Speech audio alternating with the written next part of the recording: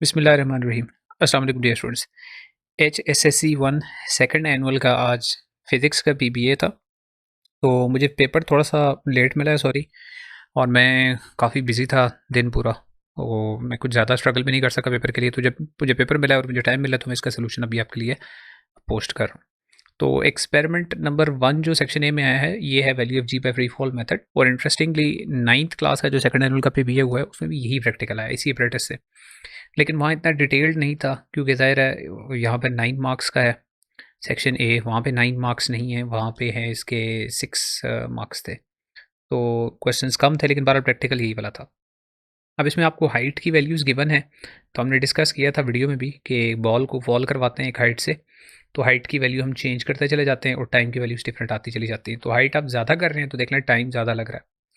फिर आपने एवरेज लेना था, आसान सा फार्मूला भी लिखा हुआ है, आसान काम है, दोनों को प्लस करके 2 पे डिवाइड। तो मैंने सॉल्व कर लिए वैल्यूज़ 0.36, 0.38, 0.40। अच्छा, जहाँ पे राउंडिंग ऑफ होनी है मैंने 2 डेसिमल प्लेसेस तक राउंडिंग ऑफ भी की हुई है। टी स्क्वायर में स्पेशली मैंने राउंडिंग ऑफ की है।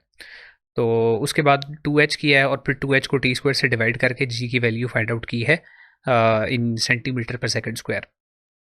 अच्छा, कंप्यूट दी एवरेज वैल्यू भी कैलकुलेट करनी है। तो इन सबको हमने प्लस करना है इन वैल्यूज़ को और फिर नंबर ऑफ़ वैल्यूज़ पे हमने डिवाइड कर देना था। तो 923 प्लस 1000 प्लस 1000 3 टाइम्स है और फिर है 1052 और इस सब को आपने डिवाइड करना था 5 से, तो यू गॉट 995। और यहाँ आपने यूनिट ज़रूर लिखना है centimetre per second square. Height जो है सेंटीमीटर में चल रही है इस वजह से। फिर आपने ग्राफ ड्रॉ करना था between 2h and T square, 2h taking on the Y axis, T square taken on the X axis. तो आसान था, आई थिंक ग्राफ भी आप लोगों ने ड्रॉ उम्मीदें कर लिया होगा। 120 पे 0.13 पहले स्केल लेनी थी। सबसे इंपॉर्टेंट बात तो यहाँ पे है कि आप स्केल क्या लेंगे। तो एक्स एक्सिस की वाई एक्सिस की स्केल आसान है क्योंकि वाई एक्सिस पे आपकी वैल्यूज़ 120 से शुरू होती है, 200 पे आती है। तो आपकी ग्राफ की जो वैल्यू है जो वाई एक्सिस की स्केल है वो इजी थी, लेकिन जो एक्स एक्सिस की स्केल है वो थोड़ी सी ट्रिकी थी। एक्स एक्सिस पे चूँकि टी स्क्वायर और उसमें पॉइंट्स में वैल्यू आ रही है, तो उसका तरीकाकार ये होता है कि आप इसको ना 0.13 है जैसे, इसको कन्वर्ट कर लें इंटू साइंटिफिक नोटेशन। तो इसको मैं ऐसे लिख सकता हूँ 1.3 times 10 to power of -1। Similarly अगला हो जाएगा 1.4 सात 10 पावर -1, फिर 1.6 आ जाएगा, फिर 1.8 आ जाएगा, फिर 1.9 आ जाएगा, सात 10 पावर -1 आता जाएगा। तो 10 पावर -1 को इग्नोर करके आप 1.3, 1.4, 6 और ये 9 इन वैल्यूज़ को आपने यहाँ पर देख लेना था। तो आपका ग्राफ जो है वो 0 0 से स्टार्ट नहीं होगा। यहाँ एक्स एक्सिस पे जो है वो आपका ग्राफ स्टार्ट हो सकता है 1.1 से। यहाँ पे आप 1.1 से ग्राफ स्टार्ट कर सकते हैं एक्स एक्सिस पे।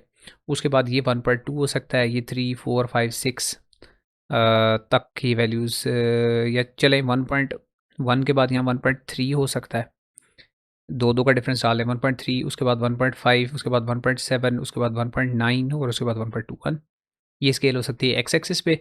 और वाई एक्सिस पे 2h है तो आपका ग्राफ 120 से ही बेशक स्टार्ट कर दें या 100 से स्टार्ट कर दें और आगे 5 बॉक्सेस इक्वल टू 20 कर लें। तो 120 यहाँ पे आ जाएगा, 140 यहाँ पे आ जाएगा, 160 यहाँ पे आ जाएगा, 180 यहाँ पे आ जाएगा और 200 यहाँ पे कहीं आ जाएगा।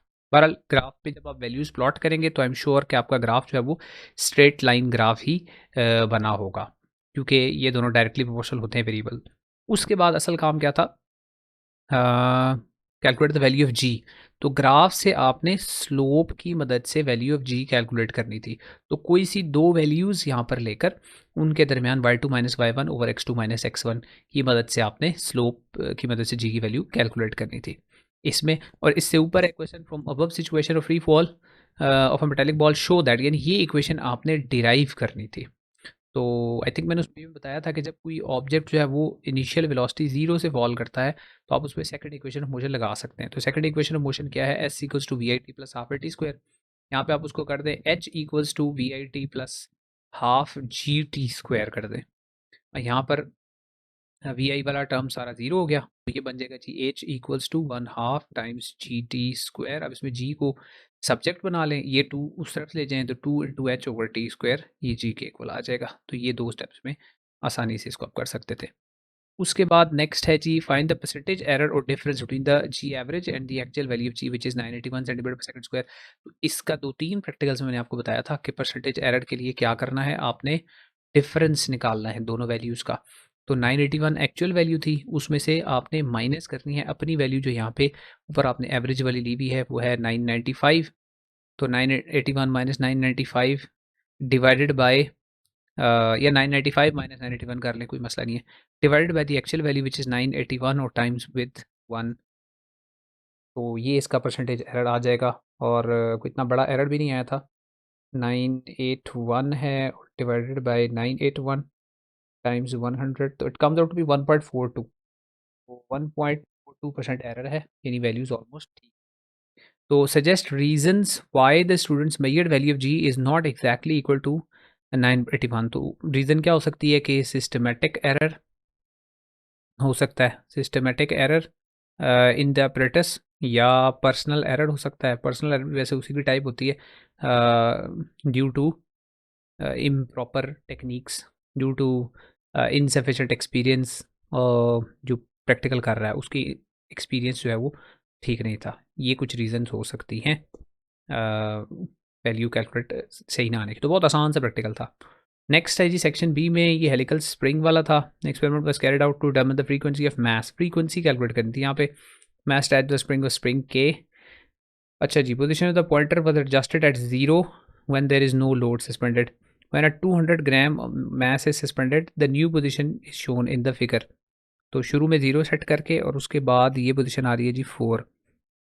What is the value the force that 200 gram mass exerts. तो फोर्स होता है वेट के इक्वल, और वेट होता है mg के इक्वल। और आपको याद होगा मैंने आपको एक शॉर्टकट बताया था कि 200 ग्राम्स को अगर आप 100 से डिवाइड करते तो you will get your force in Newton's, या इसको केजी में ले जाएं, केजी से फिर न्यूटन में लें, लेकिन ये आसान था, 200/100 कर दें तो ये आ जाएगा 2 न्यूटन, ये फोर्स आ जाएगी। नेक्स्ट है what is the extension produce in the spring. तो एक्सटेंशन है 4 प्रोड्यूस हो रही है यहाँ पे, तो आप लिखेंगे 4 सेंटीमीटर। इनिशियली 0 है तो फाइनल 4 है, तो 4 माइनस 0 इज़ 4। उसके बाद है जी कैलकुलेट द स्प्रिंग कांस्टेंट के। तो ये भी मैंने बताया था, स्प्रिंग कांस्टेंट जो है वो कैलकुलेट करते हैं के इक्वल्स टू F/x से। और मैंने कहा था यूनिट चूंकि आपको गिवन नहीं है यहाँ पे कि कौन सी यूनिट, तो आप न्यूटन पर सेंटीमीटर में ही कर दें। तो फोर्स है यहाँ पे 2 न्यूटन, और इसको 4 सेंटीमीटर ले लें, मीटर ले लें, मीटर ले लेते हैं। तो इसको मैं डिवाइड करता हूँ जी 0.04 के साथ। तो 2 डिवाइड बाय 0.04 करते हैं तो न्यूटन पर मीटर में आ जाएगा। 2 divide by 0.04 comes out to be 50।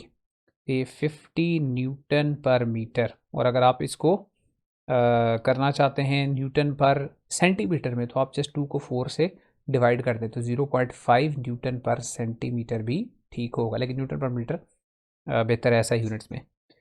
अच्छा जी, what is meant by the time period T in the given case. तो टाइम पीरियड क्या है, the time taken for the mass to complete its one vibration, या time taken by the mass to come back to its original position after one vibration. तो इसको आप time period बोलेंगे, इसको define करना था जस्ट। और फिर calculate the time period of the given mass spring system by using the formula 2πm। क्योंकि तो फार्मूला भी आपको गिवन है, इससे ज़्यादा आसान और क्या हो सकता है। तो मैस 200 ग्राम्स ही पुट कर लें बेशक, नहीं ग्राम नहीं पुट करना, क्योंकि यहाँ पे टाइम पीरियड का यूनिट आपने सेकंड्स लिखना होगा। तो मैस को आपने 200 ग्राम्स को आपने केजी में कन्वर्ट करना था, तो इसको 1000 से डिवाइड करना था आपने, ठीक है।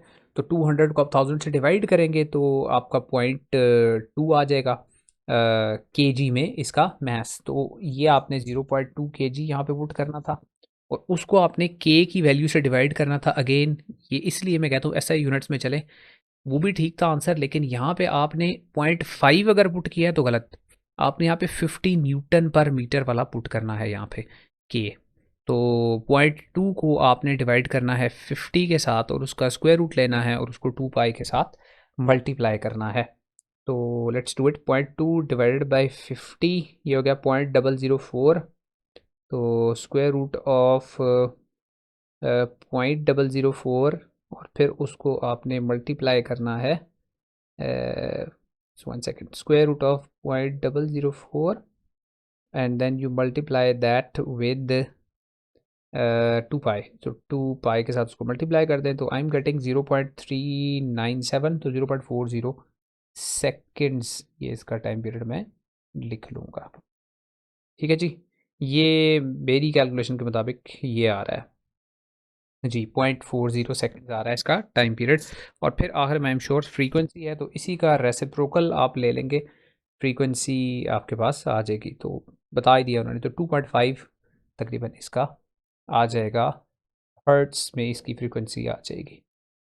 ये हो गया जी कंक्लूड सेक्शन बी का भी। तो आई एम श्योर कि बहुत आसान है, बल्कि मेरे ख्याल में जो आपका फर्स्ट एनुअल का पीबीए जिन्होंने दिया था वो एग्री करेंगे कि उससे बहुत आसान है। तो अगर किसी के 12-13 नंबर थे फर्स्ट एनुअल में और उन्होंने ये अटेम्प्ट किया है, तो उम्मीद है इंशाल्लाह उनके 15 पूरे हो जाएंगे इस दफ़ा। या जिनका फ़ेल था या नंबर कम थे, इंशाल्लाह इस दफ़ा वो सारे ही उम्मीद है इंशाल्लाह पास हो गए होंगे। तो अब जो केमिस्ट्री का है उसके लिए अभी मैं थोड़ी देर में इंशाल्लाह केमिस्ट्री की भी प्रिपरेशन की एक वीडियो है वो अपलोड कर रहा हूँ, तो उसको देख लीजिएगा। इंशाल्लाह वो हेल्पफुल होगी आप लोगों के लिए। तो बेस्ट ऑफ लक।